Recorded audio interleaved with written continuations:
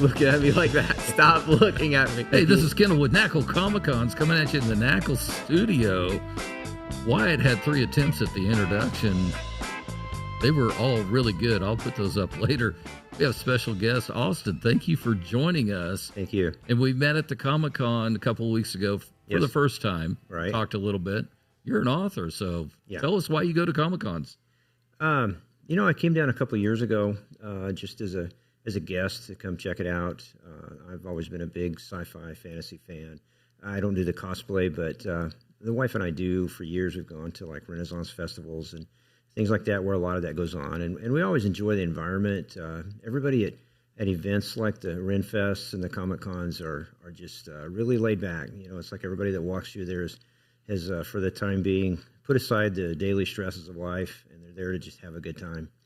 And so when my first book came out about a year and a half ago, we came in last year as a vendor. And then since then, my second book has come out just this last Christmas. And so we came down this summer with both of them. That's actually the first 2 books of a trilogy that I'm working on. I have another trilogy in mind with these same characters that I'll be doing later on.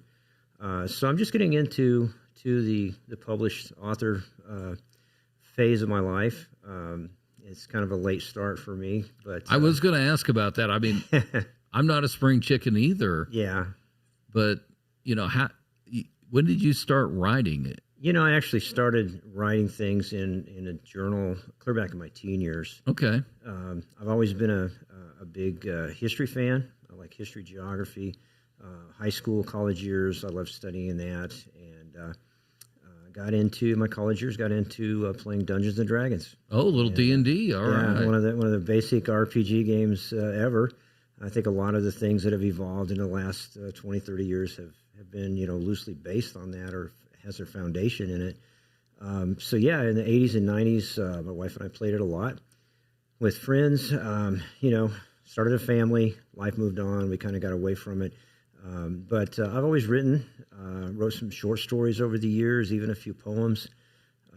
This particular story that has become my first 2 books, I actually conceived it back in the 90s. Oh, wow. I sat down and wrote it between 2005, 2009, just in my spare time. I was a teacher, so I had some spare time in the evenings, and I just started packing away on the computer. And it took a little over 4 years to write the story down. Okay, let's back up. So you're a teacher by trade. Yes, I'm a retired teacher. Okay, where did you teach at? Yeah, Hutchinson Community College. Oh, really? Okay, a little HCC dragon sitting here, Wyatt. Yeah. I'm trying to convince Wyatt to go to HCC next year. Oh, I see. He's got to make that decision. Right. No, I'm going, GED, dropping that right now. No. Military. Come on now. We actually, do you know Bobby Obermite by chance? He does I know the name. He does the video and podcasting there at the college. At the college, okay. And he's come in and we've gone back and forth, and okay. He gave us a tour up there. It's the old KWCH building up on North Plum. Right. And they're turning that into a phenomenal podcast. Okay. I don't know if do you think that's going to be competition? Why? We could take him down. Yeah, see, he would probably, he and I would probably have a common acquaintance there. Jay Huber used to be a disc jockey at the college's radio station for years. And he was actually mine and my wife's high school band teacher. Really? Yeah. I met Jay. My wife and I met Jay when our freshman year of high school back in, hate to say it, but 1975. And he was our band teacher in high school. Lost touch. Didn't know his whereabouts for a long time. And then when I went to work in the year 2000 at Hutch Community College, he was there working as a disc jockey. Isn't that amazing? Yeah. What a career. Hutch JUCO is so well run. Yeah. What a great campus. It's the little things like just the lawn is manicured, the buildings are always clean. And we have 2 sons that have gone through, and great experience for both of them. Yeah. I've got a third. If he doesn't do the GED route, we'll be heading over there. The military's calling. I did half a pull up. Yeah, they're excited. Yes. Yeah, there you go. Yeah, you'd be first on their list.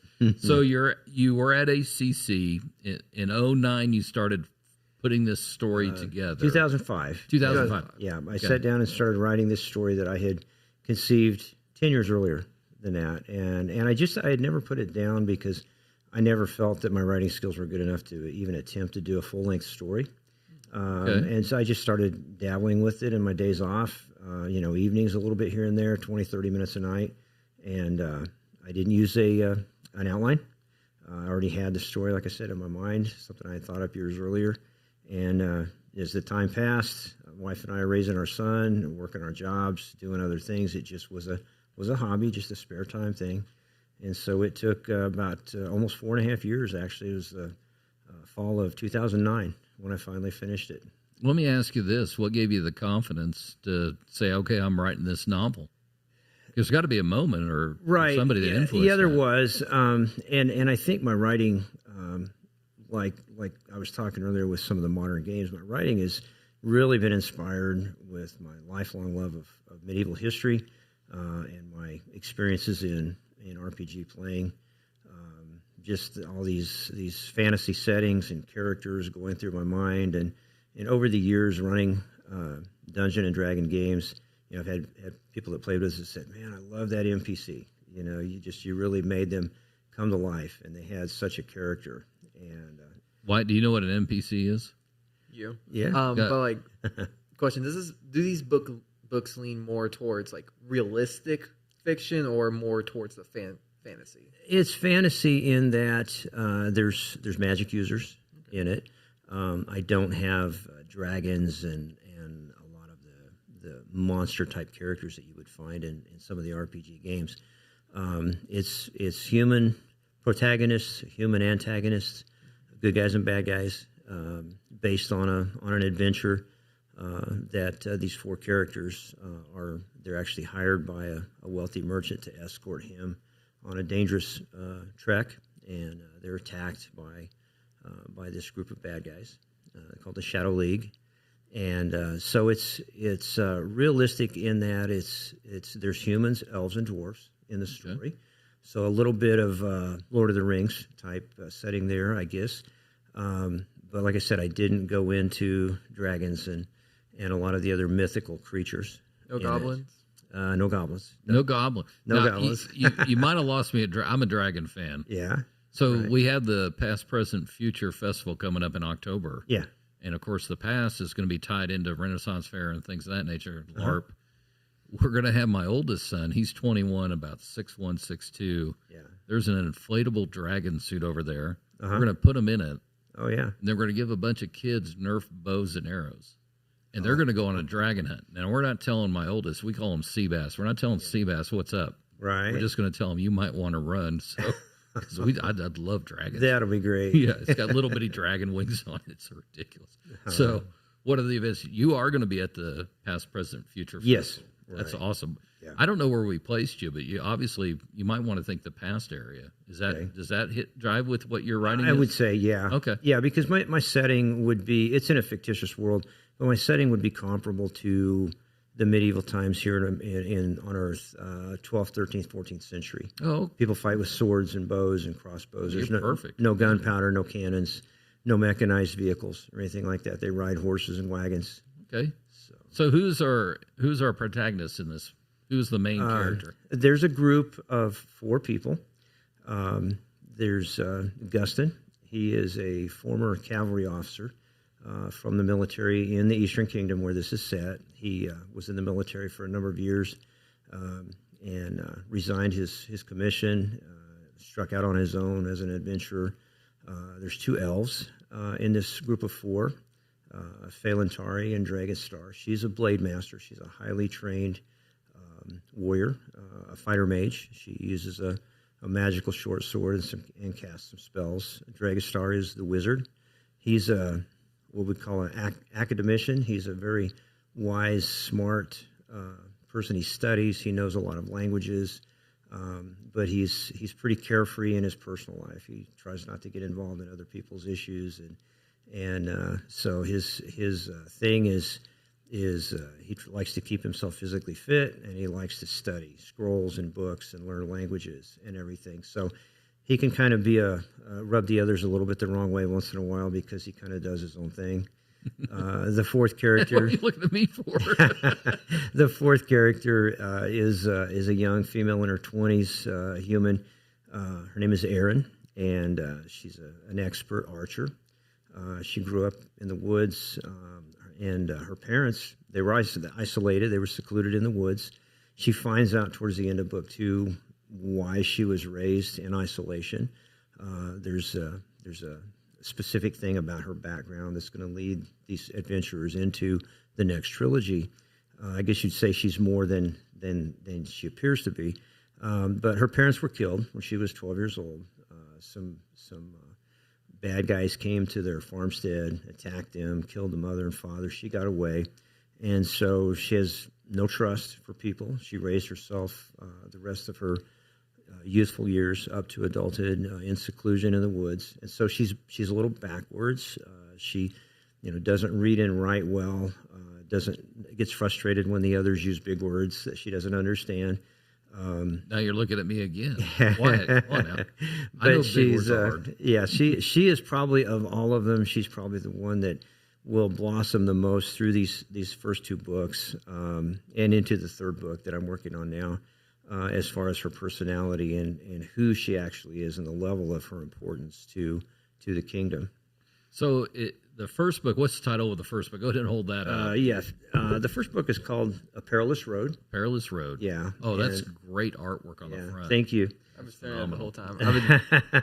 This is the one where Hollis McNeil, the wealthy merchant, he requests a meeting with them and explains to them that he's traveling to the capital. It's called the City of Queens. And then he's with a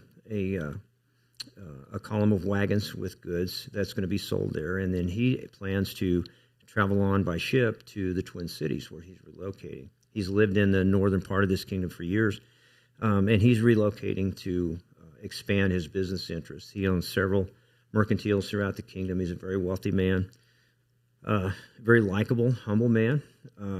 But he hires them, and then during the process of their journey together, they're attacked by the Shadow Knight and his minions, the Shadow League, on several occasions. And there's some people, some of the tertiary characters are injured and killed. Through this, you get to know more about these 4 characters and why they're so loyal to each other, why their friendship is too strong to be broken by the things that they face, and how loyal they become to Hollis during the time that they're traveling. Just before they get to the City of Queens is where this book ends. And then the second book that's just been out since Christmas is called The Fighter's Destiny. And this has actually the picture of the 4 characters on the front of it. And this is where they're on a ship. They get to the City of Queens. They sail on to the Twin Cities with Hollis. During this process, there's some sea battles. I like that. Yeah, the Shadow continues to hound them. They know that Hollis is a wealthy man and is undoubtedly traveling with a good amount of treasure, gold and silver that they want. And so that's the motivation for them to try to stop them and rob them and get his gold. And each time they're thwarted by this group of 4 protagonists. Hollis is a very likable character. His character grows throughout the books, and he starts referring to these as the 4. He just affectionately refers to them as the 4 because the 4 are like one. They're so close. They know what each other is going to do in a given situation. It becomes very apparent, that even though they've only been together a total of about 5 years, these 4 individuals, they've developed a friendship that transcends what most friendships would be. It feels like Wyatt and I right there. So the first book took a long time. How long did it take you to hit the second book in the trilogy? To get it ready? Well, as I said, it took about 4 years to write this. I wrote it as one story. The original title was just called The Shadow Knight. He was my antagonist, and it was going to be about them trying to end his reign of terror in the Eastern Kingdom. As it went on, and I started branching out and started developing Hollis and his daughter Celeste, and he has a foreman named Lance that it becomes a prominent character, a secondary character in there, but he's the one who oversees the column and all of their other Teamsters and their outriders and everything, and it kind of, the characterization kind of grew beyond what my expectations. I really fell in love with the process of developing characters and developing their relationships between them. So it's more than just these 4 characters and the Shadow Knight. The Shadow Knight has a sidekick, if you will, a second. His name is Hanlon. He's actually, as you see when you read the book, he's actually probably more evil than the Shadow Knight is. He is...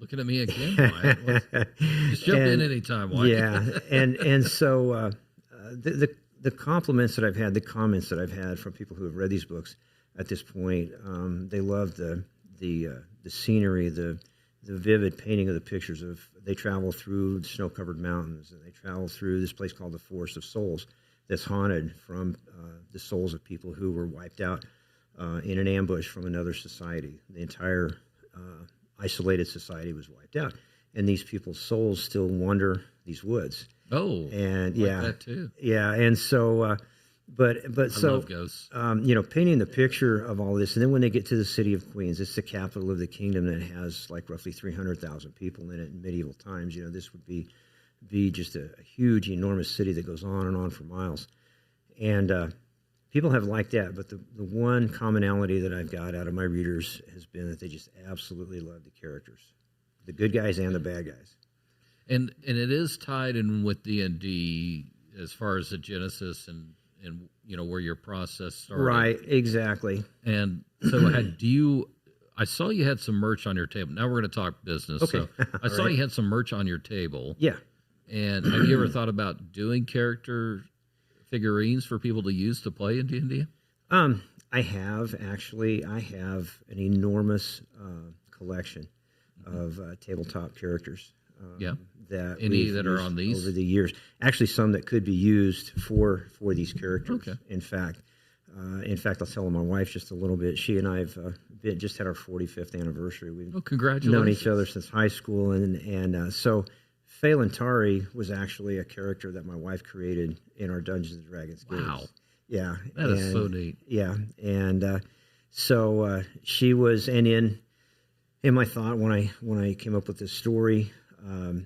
That she was one of the main characters, and we played numerous adventures over a period of about 20 years together, and she had other characters too, but Faye, as she's called for short, she was my wife's absolute favorite character, and she was an elven blade master, and so there's that in there, kind of a tribute to my wife, if you'd say, and but yeah, so we decided when I got the contract to publish this first book, we created a company, and we needed that for tax purposes and tracking business. And everything. And so my wife came up with the business name, the business logo.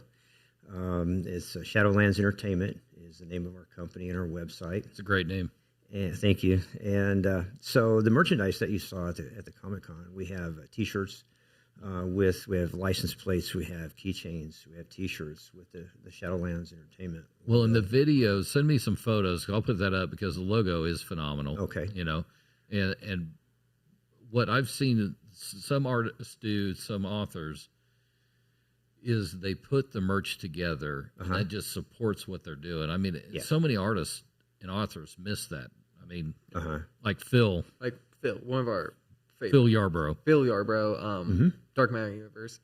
He's working his way up to making a book. Yeah. Comic book, whatever. It's for his Dark Matter universe. Okay. And right now, he most recently has done a figurines, but in these boxes. Super professional. They're like on a 4-inch scale. Yeah. Yeah. And they come with stickers, all this stuff. Yeah. Look very nice. He also has the figurines individually, where you put them together and you can paint them. Yeah, now that's the D&D scale. Gotcha. Right. So that's why I was asking. And I feel because they love the characters. You could, like, yeah. At least the 4 main characters, like making them into like D&D scale, like they can. Yeah, we can help you on that. Okay, we have resources to help. Do you you really? On that. Oh, okay. Absolutely. Yeah, I would be definitely interested in that. Yeah, the main hurdle is making the model. And we got the guy, Phil Yarbrough. I thought you were pointing at me. I was no, you're not the guy. Because I got no, I'm not. Definitely not. I'm not the guy either. But that's what we like about our vendors. I don't know if I told you this. We score our vendors after each con, and we score ourselves. Yeah, and, you know, I'm always a 5 out of 5. Yeah, he's always a 5 out of 5. Oh God. So what we saw, you had a great engagement. You had a great booth, great look. Everything was spot on. And then I heard some really good feedback from other vendors and customers that said your engagement was fantastic. Oh, great. Thank you for that, because you bet. We look at a con as the vendors are part of the experience for the guests. And we want that engagement and that guest to leave with something special. Yeah. We call it their new treasure. Right. If it's your book or if it's something from JD or whoever. Sure. Yeah. You know, we want that great experience to happen. Yeah. And so we appreciate what you do, because we know the effort. We used to be vendors. The tables don't set themselves up. Right. And kudos to your wife. Yeah. Well, thank you. You know, spending that time behind the booth. What is the best part of getting to a con for you as an author? You know, I think it's, as I said earlier, it's the laid back environment. Yeah. I've tried some book festivals since my first one came out. And I went to the Kansas State Book Fest in Topeka. It's an outdoor event at Washburn. I've been to signings at Barnes & Noble, for example, in Wichita, big stores, some smaller local stores. A couple of those have turned out good. I've had good engagement with the people that just happen to be there and be fans of fantasy genre. But for the most part, you know, you're there with a lot of other authors from every other genre. And so a lot of people walk by, people that showed up with money in their pocket to buy books, but you just don't happen to be the genre that they're interested in. Okay. And so there's a lot of walk-bys. And they tend to be more focused. You know, they came looking for a specific thing, whereas what we discovered at the Renaissance festivals and the Comic Cons is that people are there first and foremost to have fun. Yeah. And so we have people that are walking by. A lot of the cosplayers, the people that are dressed up, that's probably their main focus when they're there that particular day. Yes, yeah. But we've seen some of those same people come back later out of their costume, and they're looking at stuff. You know, they came to look and maybe buy something too. But through it all, the people are more engaging. You know, they'll walk right up and start talking to you. And it's like if they stop, if they see what you have is something they're interested in, it's not like they're looking at their watch. They're not in a hurry. They'll take the time. Some of those customers and even prospective customers that ended up and didn't buy, some of them I had 30-minute conversations with. That's what we saw and heard about. So that's that engagement. Yeah, exactly. And, you know, it's always easier to buy from somebody you like. Yeah. And, you know, cons are a funny thing. You keep doing them, you start building up, you know, people that are fans. And they start seeking you out. Yeah. And I keep telling people that, you know, their first con, you got to do 2 or 3 and see if you can build your own audience within the con. Because it's such a niche audience. They're strange. I mean, their buying habits are crazy. Yeah. You know, we got one kid, he comes to every con and he saves up $500 to buy all Star Wars. He is not going to look at your book. Right. Doesn't care about the cosplay. But again, he goes to the same guy and he drops the same amount of money, and you just count on him to pay for the booth. All right. So you've got the PPFF, Past, Present, Future Festival. You're going to be at our con next year. Right. Are we going to have the 3rd book by then? Gosh, I'd like to say you would, but here's the thing. You know, sales have been there. We're slowly getting traction with book sales. And we knew that the books would have to sell before we really saw a big hit on the merchandise. And so we've had a few hits here and there on the merchandise. It's available on my website, everything that I bring to the events as well. But the book sales, especially with this event just 2 weeks ago with you guys, we sold a lot of books in 2 days. Nice. That was our biggest hit yet. Outstanding. And we had a few people that say they had either seen us at Barnes and Noble a few months ago, or they saw us here last year when we were here just with my first book. And so, like you said, I think we're starting to develop a little bit of a fan base, and so I think that's going on. But I needed something. My wife and I both still work a full-time job. She's contemplating retirement. I like my job. I want to keep working for a while if I can, but of course that takes time away from my writing. Something else I've started doing with my company, with Shadowlands Entertainment, is offering typing and editing services for other aspiring authors. Well, plug that a little bit. So if I'm an author, and I've got where do I need to be to jump in and get services? Like right now, I'm working on a friend's book. A friend that lives out in Nevada. It's his first book. He swears it's his only book. He just wanted to do it one time just to say that he had done it. He's about my age, and his grown son had been just kind of saying, Dad, you need to do this. Write a book about your experiences. And so he's been in the process of doing that. And I've given him tips on which books to study, to get back in the mode of the whole English grammar and usage and punctuation and all that kind of stuff that we sat through high school English as guys. Teenagers thinking, I'm never going to need this. No. He doesn't use it in the first I've got a wife. Kimberly is like the ultimate editor. Yeah. Little background. I have written 7 textbooks. Is that right? And people were impressed with that. They were special education. We had a company that developed curricula for special education. Right. And no matter what I wrote, Kim would come in and she'd have to sit down with 1 or 2 good pens to get clean through it up.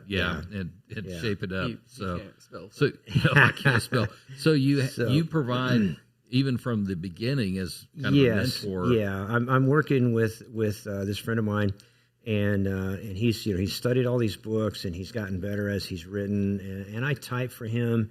I do some basic editing services, and I want to start on my website advertising that aspect of the company. Nice. And my wife warned me. She said the danger is, she said, it's commendable that you want to help young aspiring authors, not necessarily even young because I'm not young, and I'm an aspiring author. I've just barely been published, but anybody who has a story to tell, but they don't feel like their English skills are good enough, and they want some advice in that area or advice in how to craft a story. Yeah. To incorporate your characters and enough pace variation and different things like that. Things that I've learned over years of studying. In my acknowledgments in book 1, I acknowledged 2 English teachers that I had in high school, and my wife can attest to this too because we went to high school together. But she knows that I blew English off. I was a typical teenage guy. I wasn't a reader as a teenager. I would read history books. Me too. Yeah, but I didn't. I wasn't one to just pick up a novel and read it as a teenager, and I couldn't imagine that I would ever need to know what a dangling participle was. I didn't care. Yeah, I don't even, that. Yeah, those are words I've never heard before. So, and so when I started writing this, I thought, okay, if I'm ever going to make this good enough to be picked up by a publisher, I've got to polish my craft. I've got to learn it, and so I started buying all the books I could, and while I'm typing and teaching at the college level, I'm reading all of these English and grammar and usage books to relearn everything that I learned in high school, but intentionally didn't keep in my head. I love how you called it a craft, because it really is. And a craft, for Wyatt, anything that you can learn a skill set, call it a craft, because it takes effort. Yeah, it does. It does. You have to put the effort into it. And so anyway, I'm hoping that I'll be able to offer these services to others as I go along. But my wife warned, as I said, don't let that take time away from my own writing. Yeah. Because I'm working on the 3rd one of this trilogy. And quite frankly, I was going to make this a series. But one thing that changed my mind with the very first book that came out was I had people say, oh, that looks like a really good book, but I don't buy books in a series until the series is done. Because I've been burned too many times by authors who planned a 10-book series and then passed away, or changed and went a different direction and started writing another story or something like that. And authors are like that. So I thought, okay, I don't want to hurt my sales by people thinking, oh, well, this guy's old. He'll never finish these books. Come on now. Yeah. So anyway, this particular story will wrap up pretty nicely with the third book. I'll be able to finish their battle with the Shadow League will be over at the end of the third book, but then these characters are going to go on to another adventure. And right now I have that planned as a trilogy as well. That's awesome.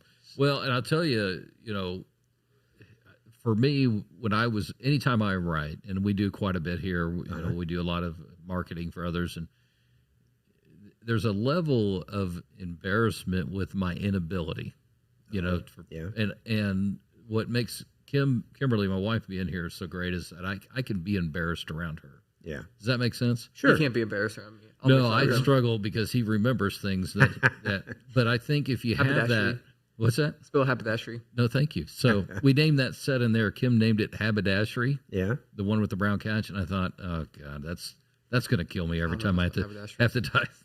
So, but having somebody you can, for lack of a better phrase, be embarrassed around. Yeah. That's there to mentor you or make you better. Yeah. That's a great service to offer. It's just like teaching. That is that level of intimacy that comes from people who are that close together, be it just best friends or spouses, partners in life, or whatever the case may be. My wife and I met at 13 years old, and before we were out of high school, we knew we wanted to get married, and we attended Hutch Community College, and after our first year, that summer between our 2 years of college, we were married. Nice. And so there's nothing she doesn't know about me, including my embarrassing parts. Yep. And she has been, since the very beginning of this, she's been my first beta reader to read chapter at a time and say, what do I need to change? And she knows doesn't have to hold back. She can tell me, that's I like this, I don't like that, and here's why. If there's something she doesn't like, she always tells me why. She thinks it could be better if I did this or that. And, I've had this conversation with my friend that I'm helping, in fact, as well as others, about the use of AI. This has become a big hot topic, and I've told them. I have a entry that I put on my Facebook page, and my brother, who manages my website, took it and moved it over to my website, but it's my take on the use of AI. And, I'd like to think that it would be interesting for somebody to read. I sure enjoyed writing it, but, my take on that was artificial intelligence is great in a lot of facets of our life, in manufacturing and transportation and on and on and on. But when it comes to creativity, to me, it's cheating. I completely agree. Yeah. To me, it's cheating. I've had people say, I see these advertisements, I get them stuff in the mail and things on Facebook all the time about, write a book in a day with AI. Well, you didn't write it. No. You may have wrote a couple of sentences as a premise for a story, and bang, stick it in the computer, and there you go. I've got a book. But it's not your book. It's not your words. Well, in your generation, Wyatt, they're growing up with it. Yeah. And I think they're going to be more accepting of it. Right. And they're going to. Right. Do you use AI at all for schoolwork? Be honest. Okay, so for like writing or anything, I don't. But if it's like, for example, like science work, I don't understand how to do that. So AI. Okay. So genuinely, because like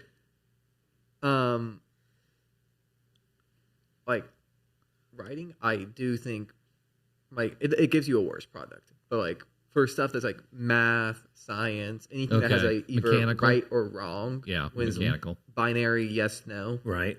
Yeah. But do you use any AI in your art? No, God no. Yeah, I agree with you that the only thing that I'm probably decent at is photography. And that's a huge topic over the last 3 years. Oh yeah. Is editing in AI. Just the act of putting it in there and saying make it better. Mm-hmm. I stay away from that. I want to touch every slider. I want to see it. I want to because when I take a photo, I actually entered. Do you know what the Salt City Film Fest is? Yeah. Okay. We're doing the marketing for them. Oh, And so they were in. We did a podcast, and they got me excited. So they have a photography category this year. Yeah. I thought, what the heck, I'm going to enter. Right.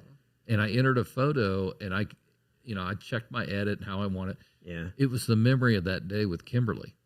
I'll show you the photo. It's the oddest thing. We're driving in the middle of nowhere, heading to Cunningham, Kansas. Yeah. And out in a field in trees was a phone booth bolted to a tree. You got to stop and look at that. Yeah. There was no phone, so it was disappointing. The squirrels were The squirrels ravenous. yeah. But AI doesn't capture that moment. Yeah. It doesn't capture that feeling. Yeah. I think you lose that in AI. I know exactly what you're talking about because, like for me, my protagonists, my heroes, they all have blemishes. They all have baggage. That's what makes them real. And I'm thinking about one of the things I love to do each year at the State Fair is go through the photo exhibits. And one of them, and I never agree with the ones that got the ribbons. Of course, I like this one better or whatever. But for me, the things that stick out, like I remember this one, it was a black and white photo of this old farmer, probably, in his 70s or 80s, kneeling down in a cut wheat field next to the tire on his tractor and looking off in the distance with the sunset and had his old straw hat on and everything. And you could just see every wrinkle in his face and everything. All that tells a story about who that is. And maybe AI could make something like that. I don't know. But to me, it's not like the real picture. It's that photo said 1,000 words about who that person was, what his life was about. It had texture that is human. Yeah. And I think writing's the same way. I think art is the same way. And I think AI, your generation, Wyatt, they're going to be so accepting of it that they're going to get lost in it. Unfortunately, they stand to miss some of the genuine things that you and I have experienced without it. Yeah. What jump into Wyatt? I mean, let's add this debate. I mean, so I'm not a fan of AI in the sense of using it for creative outlets, but like it has become such a big problem for like artists and authors and photographers that they need something like to prove that they made it because other than that 9 out of 10 times it's probably AI. Well, yeah. Because like there's a lot of slop out there. And I see that now with the photographers I follow, they're losing money, income.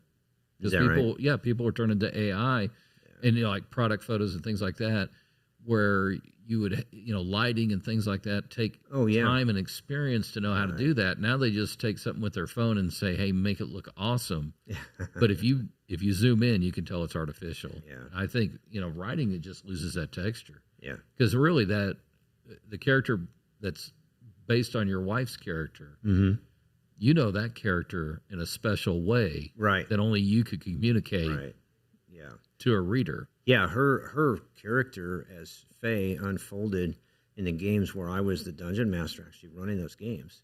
And I knew when I presented the players at the table with a specific situation, I knew how she was going to react. I knew how Faye would react. That's neat. And and so it's been a lot of fun putting her into the pages. Something else, this is basically an unrelated note, but I wrote this story, these two books, close to 20 years ago now, 15 years ago when I was finished. Since then, my son graduated from high school, got married. They have 3 children. His oldest daughter is 7. The next one is 4. And so when I got my publication contract with these, I told my wife, the light came on one day. I said, you know what? I said, I want this to be a family affair. I said, your logo and the name of the company is what we're using. It's on the back pages of my books. And I said, you're welcome to turn that over and take a look. It's on the inside there. You'll see right there. There's our logo. Hold that up. Yeah.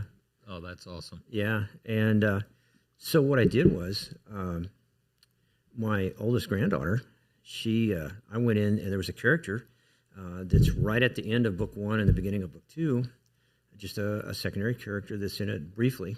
And I changed the name of that character and put my granddaughter. Awesome. I used her name as that. And so that character was already there. I renamed it, I gave her a little bit more prominence. And then in the end of book 2, I went and actually inserted another young lady. Both of these are like early 20s. But my second granddaughter is in the end of book 2. And now I have a 6-month-old grandson.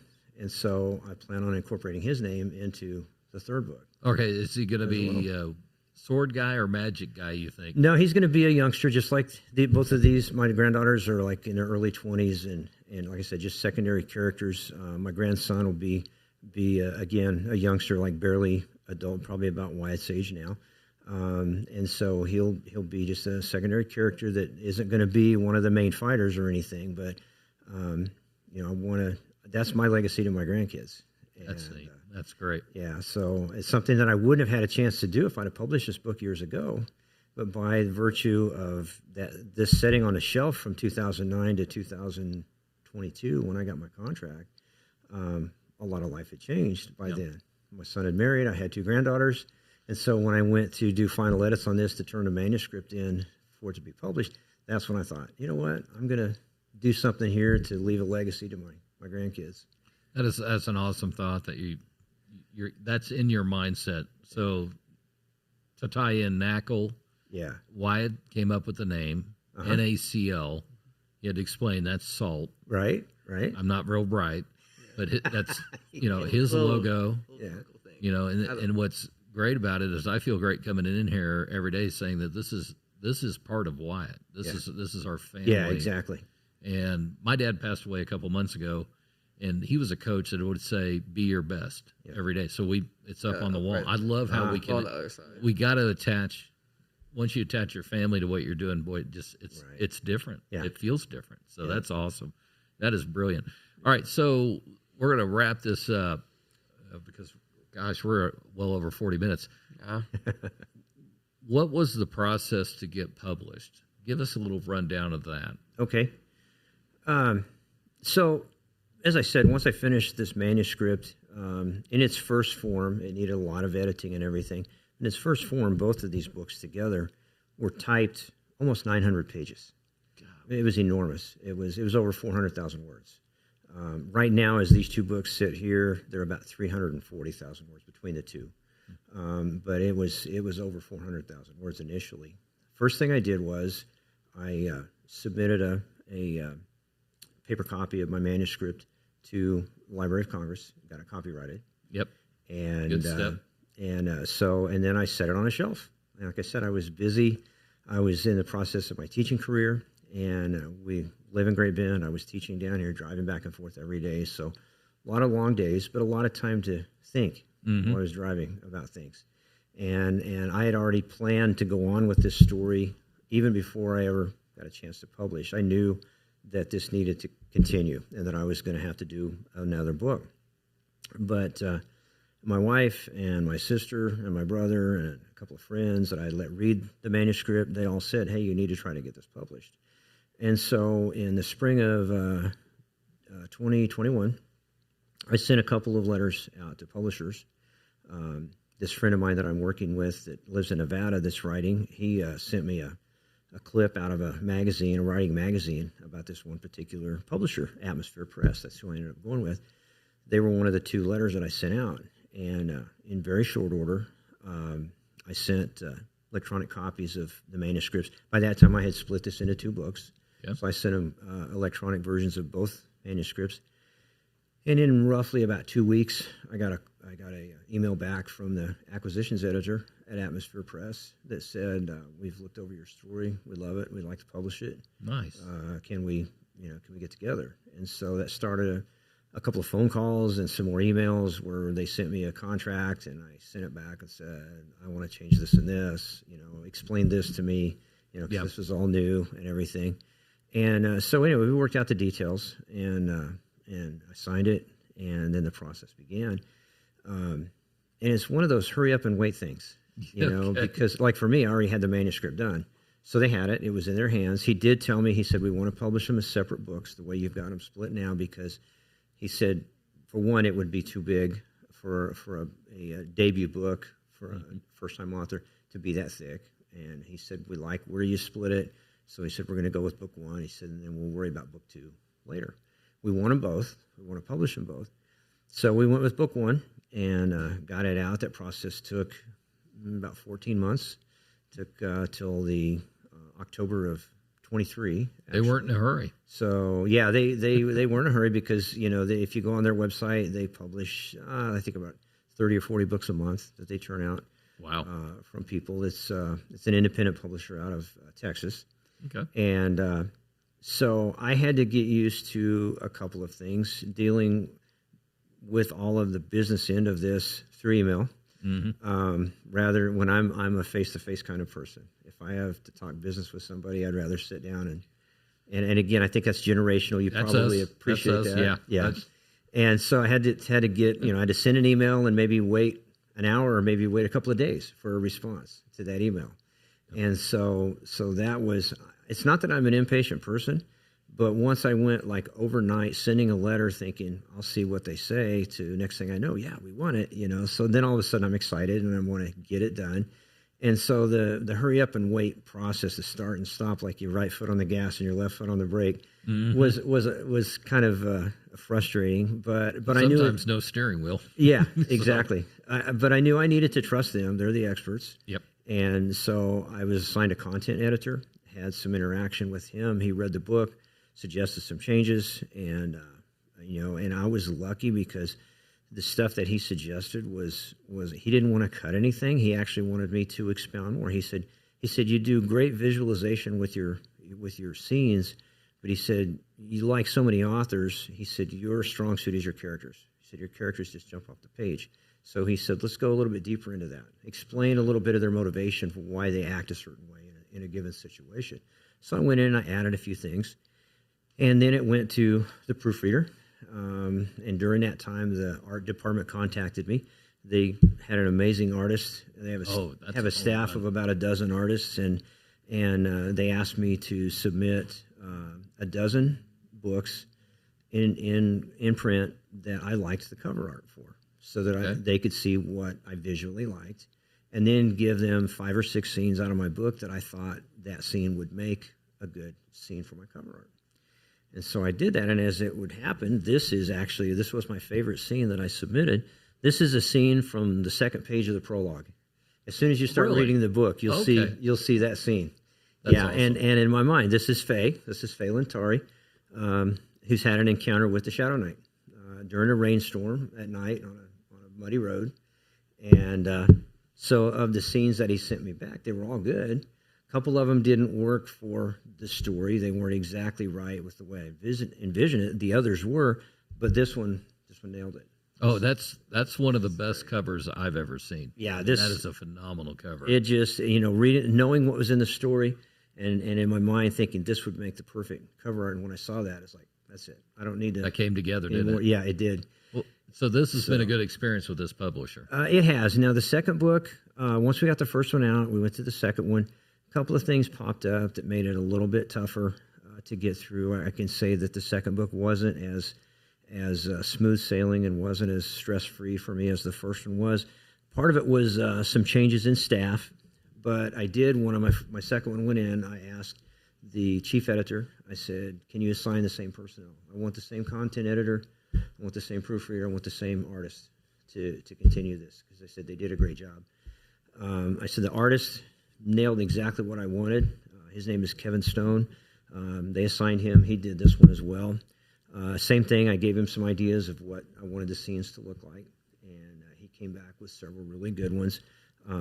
Made a couple of corrections actually on this first one and this one too, but I knew that was the scene that I wanted for the cover art. And I told her, I said, the chief editor, I said, I want the same proofreader, because I said she raked me over the coals on the first book. I said it was covered with so much red ink when I got it back. I said she made me understand how much I don't know about writing. Oh, that's a great way to put it. Yeah, and I said I had a lot of work to do, but I said I wanted it to be the best it could be. And she said, well, I'm glad that you took that as a positive experience. She said a lot of people wouldn't, they would be upset about that. I said, no, I said it took me a while to get all the grammatical bugs worked out of my manuscript, but I said it's where it's at now because of her. I said she didn't spare the rod. She let me know this is wrong, this is wrong, this is wrong, and I fixed it, and I learned from it. And so they gave me the same proof editor on this second one, and it was obvious that I had learned some of those lessons from her, because there was less to do on this one, even though it was a bigger manuscript. Only one pen this time. Yeah. Well, I think the reason it worked for you, go back to the word craft. You're trying to be the best at something, and if you're, and why you need to listen to this scrolling around. Is if you really want to be the best at something, even if you're really good at it, you're looking at others who are really good at it to try to get to their level. I like that a lot. Yeah. Now, will they handle the third book? I'm not sure yet. I'm not sure yet. The second book, like I said, was a little rocky. I'm not sure if I stay with them. We'll have to have an understanding about a couple of those issues that came up. If I do the third one with them, I really would like to, because like I said, I like the editor, I like the proofreader, and I absolutely loved what Kevin did with the cover art. I've had so many compliments about the cover art. Do you have just a JPEG or PNG file of the cover art? I do. Without. Yep. Would it be possible to send that to us so Sure. we can put that in Absolutely. some of the marketing? You bet. Because it is so good. I think, and I'm not trying to take away from your cover, but that with the title author to the side would look really fantastic. Right. Like a poster or something. Yeah. I think, well, that's a great idea. Like a movie poster style. A marquee. Yeah. Well, you could like selling posters to people. However, you're gonna do money with. Yeah. I don't care. Right. That's up to you. Remember the narrow long sheets? Yeah. Okay. Like, merchandise around the book. Yeah. Yeah. The Go roll books, back there. 3 books, however many. Mm-hmm. That people love that. They love the books. They're gonna want something about it. Oh, yeah. And Even if it's the displaying cover art. Yeah. Okay. displaying a book is hard. Yeah. Displaying a poster, you can do that easy. Well, and I'll tell you, we'll go back to Phil Yarbrough. We need to set up a weekend where you and Phil get together, and your different genres maybe or styles. He's more of a comic designer, but it's a really dark series. Right. Yeah. But he is, and I've said this to him, so I'm not saying anything I wouldn't say to him. Yeah. He has the cart so far in front of the horse because he's got the merchandising, but the book's not done. Oh, yeah. Now the book will be done eventually, Right. and we're positioned to market it and do things for him. But he has learned the skill of merchandising through trial and error. Right. I mean, and so I think part of the benefit of being in the con world that you've learned is everybody gets along real well. Yeah. Vendors are not competitive. Right. It was so odd to me. Like I'd gone to conventions with special education curriculum and equipment in my company, and there are 3 competitors nationally, and I've been cussed out by CEOs on Salesforce. Is that right? We hated each other. Wow. I mean, I've been in their offices during buyout offers and this, that. I went to my first con. It's like everybody's buddies. It was fascinating. So we'd like to extend that offer to you to have you meet up with Phil and network that. I would love that. The wife and I talked about that. We married young, and we didn't have, our son wasn't born until our 15th anniversary. Really? Actually, yeah. Our first 10 years of marriage, we traveled a lot. We had a kennel. We raised show dogs. And what kind of dog? Alaskan Malamutes. Alaskan Malamutes, all right. And we used to go to these dog shows, and from the very first show, we found it the same way. There was just acceptance. There would be 1 or 2 well-established breeders that would kind of walk by with their nose in the air, but the vast majority of them were just like the vendors are here at the Comic-Con. They'd walk across the aisle, hey, how's it going? Are you new to this? I'm so-and-so. And it was just like you were instantly accepted into that. And then when our son was growing up through high school from 12 to 18, he competed in summer AAU track and field. Okay. Went to the Junior Olympics 5 years. Oh, wow. And he was competing against athletes who were from all over the country. And we made friends of the parents, from Florida and Texas and Minnesota and everywhere. And it was the same thing. The kids were competing, but it was a friendly competition. Yeah. They'd go out and train and warm up together and hang out after their events were done. And the parents would say, oh, come over to our RV and have a drink, and things like that. It was that kind of acceptance through that commonality in your lifestyle. It's the same thing that we're seeing now in the Comic-Con. Yeah, you nailed that. Yeah, and you're gonna fit right in. I mean, that's what the book. I've got to read it, so I'm gonna have to get a copy before you leave. And we'd like to kind of expand on this podcast, get you in before the Past, Present, Future Festival. Oh, right. I shorten it. Talking around here, I just say PPFF. Yeah, right. It was too long a name. I don't know who in the hell talked me into that name. Was that Davin? That was Davin. That was Davin. So we give you the short story on that. A vendor that does the esports. I don't know if you saw them. Final Orbit. Yeah. We had them at our mini con, and they came and pitched this concept of a past, present, future festival. And if you pitch us a concept, we're going to make you a partner in the con. Yeah. That's how we look at it. Right. So, but certain things that maybe you don't like, you got to kind of concede. Say, okay, sure. Let's go. The name is one of them. It's too long. So, hey, all right, AC. Where does that come from? Okay, so got to cover that. Right. So my first name's Austin, middle name's Craig. Oh, there we go. AC, and I go by Austin now, and I'll give you kind of a funny, just a short story about that. For my entire life, up until about 10 or 11 years ago, I always went by my middle name. Okay. And when I was teaching here at the community college, HR department got scammed in a phishing scam, and they gave away everybody's personal information. Uh-oh. Yeah, and so it created tons of issues. This was in the springtime, and I'm an early tax filer, so I dodged the bullet on that. There were a lot of coworkers that had fraudulent tax filings against them and everything, a ton of stuff. My nightmare was short-lived. It wasn't too bad. But in the process of all that, my bank, credit card company, the IRS said, what is on your Social Security number? What is on your driver's license? What is your legal name? And I said, Austin C. Smith. They said it would be easier in the future if this happens to you again if you start using your legal name. That does make sense. Yeah, and so it's funny because since I retired from teaching, I've worked 3 different jobs, and the job I'm on right now I started in at Christmas time, and the job I had there before 3 years was a great job, but I was gone a lot. I didn't have time to write, didn't have time to really do anything. Made a ton of money, but I was away from home. My wife and I are empty nesters, and she said empty nester shouldn't mean without you. It's supposed to be without the kids. Yeah, that's true. Yeah, and I was tired of being on the road, and so anyway, we made a change. But this job I have now, I've been on it for like 6-7 months. I ran across people that knew me years ago, and they know me by my middle name. Yeah, and my employees that work for me now in my department, they all know me by Austin. And so that's come up a couple of times. He said, that's not your name. And so I had to explain to him what the deal was. But anyway, so I've always used AC. Back in the day when you would set the high score on Pac-Man.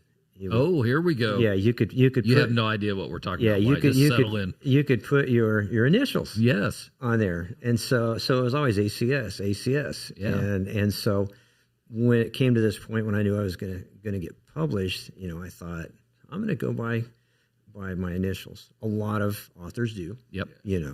Instead of first names, and so I thought I'll just go by AC instead. But yeah, that's what it is. But I always introduce myself now as Austin. And like I said, my old friends know me as Craig, but that can be a little confusing to some. Well, I had a friend, we graduated in 1990. He went to KU. Uh-huh. I didn't. We went up there to see him, and I went to his frat house. Yeah. I told me there and said, hey, is Ryan around? Right. I think we don't have a Ryan here. I said, Ryan Dunkelberger. I'm going to throw his name out there. Yeah. How many Dunkelbergers are out there? Right. And they go, you mean Kelly? I said, no, it's Ryan. He had gone by his middle name in college. Oh, so. yeah, right. Yeah. So Wyatt, your middle name is John. I could go as John. Yeah, you could go, or we call him YY. Yeah. Is his nickname. Are you a nickname guy in the family? Do you guys do nicknames? Not really. Yeah, my mom was anti-nickname. Yeah. Yeah, she cringes every time we say Seabass or Little Paul. By the way, Little Paul is, Paulie is now working in cybersecurity at the college. Oh, is that right? Yeah, he transitioned. He got his associates in May, and his dream was to work in the CTAC or whatever they call it. Yeah. So he's going after those bad guys. Okay. Those dudes need to go to prison. Yeah. I mean, that is just terrible what they take for people. Yeah, it is. Yeah, we've only been scammed a few times, so that's a great ending to a podcast. Me sitting there rambling. Well, it's kind of... Well, Austin, I appreciate you making the drive in. Well, thank you. And the commitment to what you do, and the commitment to our cons. We really appreciate your effort. We loved what we saw. Can't wait to see you in October. Looking forward to it. Awesome. Thank you for joining us. Hey, why? Take us out. That's perfect. That's perfect.